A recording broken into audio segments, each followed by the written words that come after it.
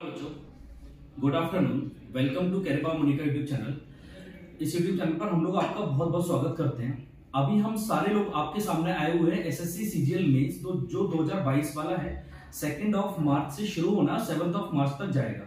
तो इस एग्जाम के लिए हम लोग को क्या करना है और क्या नहीं करना है, डूज और डोंट्स, हम लोग ये पता करने के लिए भी आपके सामने जुड़े हुए हैं। So that SSC CGL mains के लास्ट के 2 से 3 दिनों में आप लोग को अपनी बेहतरीन तैयारी जो आपने कर रखी है उसका बेस्ट आउटपुट वहां पर आप देकर आ जाए, इसके लिए हम लोग जुड़े हुए हैं। जैसे कि आप सारे लोगों को पता है कि एसएससी सीजीएल मेंस में पहली बार जीएस आ रहा है और रीजनिंग आ रहा है। तो हम लोग शुरुआत करते हैं जीएस में प्रशांत सर से कि क्या स्ट्रेटजी रहनी चाहिए एग्जाम अटेम्प्ट करने की, और लास्ट के 2 दिन में से बच्चों को क्या करना चाहिए क्या नहीं करना चाहिए, प्लीज एक बार आप बच्चों को बताइए। तो बेसिकली ये जो मेंस में जीएस का पैटर्न है फर्स्ट टाइम इंट्रोड्यूस हुआ, तो अभी उसका डिफिकल्टी लेवल क्या होगा ये कहना थोड़ा सा मुश्किल होगा, बट डेफिनेटली प्री से थोड़ा सा लेवल उसका हाई होगा। सेकंड थिंग कि करंट अफेयर्स का एक सेक्शन है वो थोड़ा सा इंपॉर्टेंट रहेगा, तो थोड़ा सा रिवीजन जो है वो करंट अफेयर्स पे रखना, क्योंकि जनरली हम बहुत सारा करंट अफेयर्स पढ़ते हैं क्योंकि करंट अफेयर्स में कोई कॉन्सेप्ट नहीं होते, तो जब हम पढ़ते हैं तो उनको रिटेन करना थोड़ा सा मुश्किल होता है। तो थोड़ा सा उसको आप रिवाइज करते रहें सो दैट आप उसको आसानी से रिटेन कर पाए, पहली चीज। दूसरी चीज कि जब हम एग्जाम अटेम्प्ट करते हैं तो सबसे बड़ा चैलेंज हमारे साथ ये होता है कि हम बहुत सारे क्वेश्चंस अटेम्प्ट करते हैं और उसमें एक्यूरेसी हमारी क्या हो जाती है, कम हो जाती है, स्पेशली जीएस में। क्योंकि जीएस में जब आप क्वेश्चन देखते हो तो यार ऑप्शन देख के लगता है यार ये हो सकता है नहीं हो सकता, और आप उसको अटेम्प्ट कर देते हो। तो कोशिश करो कि जो एक्यूरेसी आपकी मेंटेन रहे, जो क्वेश्चंस आपको बिल्कुल करेक्टली पता है केवल उन्हीं को अटेम्प्ट करो, क्योंकि अगर आपके 4 क्वेश्चंस गलत भी होते हैं तो उसमें से एक आपका सही क्वेश्चन भी चला जाएगा और 1 मार्क्स की अपने आप में बहुत ही ज्यादा वैल्यू है। ठीक, तो थोड़ा सा रिवीजन करो, बहुत ज्यादा अपने ऊपर स्ट्रेस नहीं लो। पेपर अब आपका आ गया है, थोड़ा सा कूल रहो। और देखो एग्जाम में एक जो पॉजिटिव माइंडसेट होता है वो बहुत इंपॉर्टेंट रोल प्ले करता है। जैसा आप सोच के जाते हो उस तरीके से अगर आप सोचते रहोगे कि यार जीएस में क्या होगा, जीएस में क्या होगा, मैंने पढ़ा नहीं है, तो आपका इम्पैक्ट पेपर में और भी नेगेटिव आएगा। तो उस चीज को जरूर आप याद रखिएगा। ठीक है सर? ओके। चलिए, तो फिर अभी आपको एक बार मैम से और बता देते हैं कि मैम आपको समझा देंगे इंग्लिश के लिए क्या करना है क्या नहीं करना है। आफ्टर दैट मैथ्स की बात करनी है। ठीक है मैम? बिल्कुल डियर स्टूडेंट्स, तो हम शुरू करते हैं इंग्लिश के सेक्शन के बारे में जानेंगे। तो पहले तो आपको ये बता दें कि आपको बहुत ज़्यादा स्पीड टेस्ट अब नहीं लगाने हैं। आपने जितना टेस्ट देना था वो सब कर लिया है। अगर आपके पास थोड़ा समय अगर आप निकालते हो अपना, तो आप उसमें रिवीजन करिए। बस जितना आपने पढ़ा है ठीक है, रिवीजन करिए। ज़्यादा अगर स्पीड टेस्ट देंगे, कोई नई चीज़ अगर आप सीखेंगे तो आप कंफ्यूज होते चले जाएंगे कि अब ये भी पढ़ना है ये भी पढ़ना है, तो वहाँ पर आपके लिए वो चीज़ बर्डन बन सकती है। तो इस समय पे आपको अपने ऊपर बर्डन नहीं लाना है किसी भी चीज़ का। कूल रहिए, जितना पढ़ा ठीक है, और नया कुछ ज्यादा एक्स्ट्रा आपको नहीं सीखना है। ठीक है, रिवीजन पे ज्यादा ध्यान दीजिए। और अगर हम बात करें एग्जाम की, तो एग्जाम में आपको क्या करना है, जैसे कि अभी आप वोकैबुलरी को क्या करेंगे, रिवाइज कर रहे हैं। ठीक है, और जितनी भी चीजें आपने पहले पढ़ी है रिवाइज हो रही हैं। अब एग्जाम में आप जाते हैं तो आपके सामने वोकैबुलरी वगैरह आती है, तो वहां पर आपको छोटे छोटे जैसे वोकैब हो गया या एरर डिटेक्शन हो गए, तो पहले इन क्वेश्चंस को आपको करना है ताकि आप नंबर गेन कर सके। हमारा सबसे मेन टारगेट ये होना चाहिए कि ज्यादा से ज्यादा नंबर्स को हम गेन कर लें, पर एक्यूरेसी के साथ में, ये नहीं कि गलत क्वेश्चन लगा रहे हैं।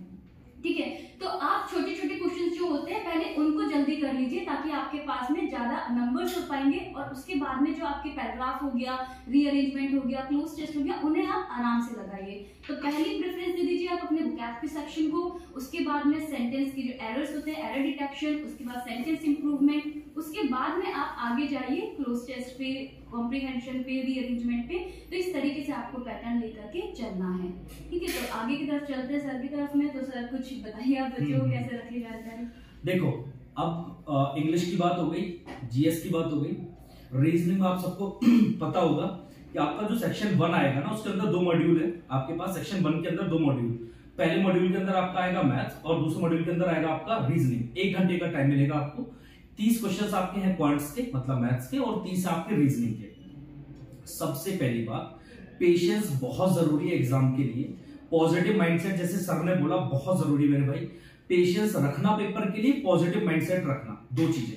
तीसरी चीज, ऐसा पॉसिबल बिल्कुल है कि क्वांट्स के शुरुआती में क्वेश्चंस ऐसे डाल दिए जाए जो थोड़े से मुश्किल रहे, है ना, क्योंकि उस वहीं से बच्चे के ऊपर प्रेशर क्रिएट होता है। बच्चे के ऊपर जब प्रेशर आता है ना, वहीं से पता चलता है कि कौन उस पोस्ट के काबिल है और कौन उस पोस्ट के काबिल नहीं है। एग्जामिनर वहीं से इस चीज को जज करेगा।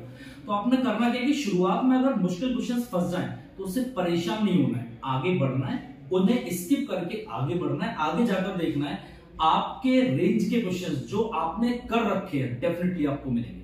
आपको पता है 30 आने, आपको क्या लगता है हद से हद अगर उसने पेपर में कुछ बहुत नया करने की कोशिश की तो 2 से 3 क्वेश्चन बने, 2 से 3 क्वेश्चन सर हो सकते हैं कि नहीं डाल देगा, और वो शुरुआत में ही डाल देगा। आगे जाके जो आप 25 से 27 क्वेश्चन देखोगे ना मेरे भाई, वो सारे आपके फेवर के मिलेंगे जो आपने अब तक पढ़ रखे।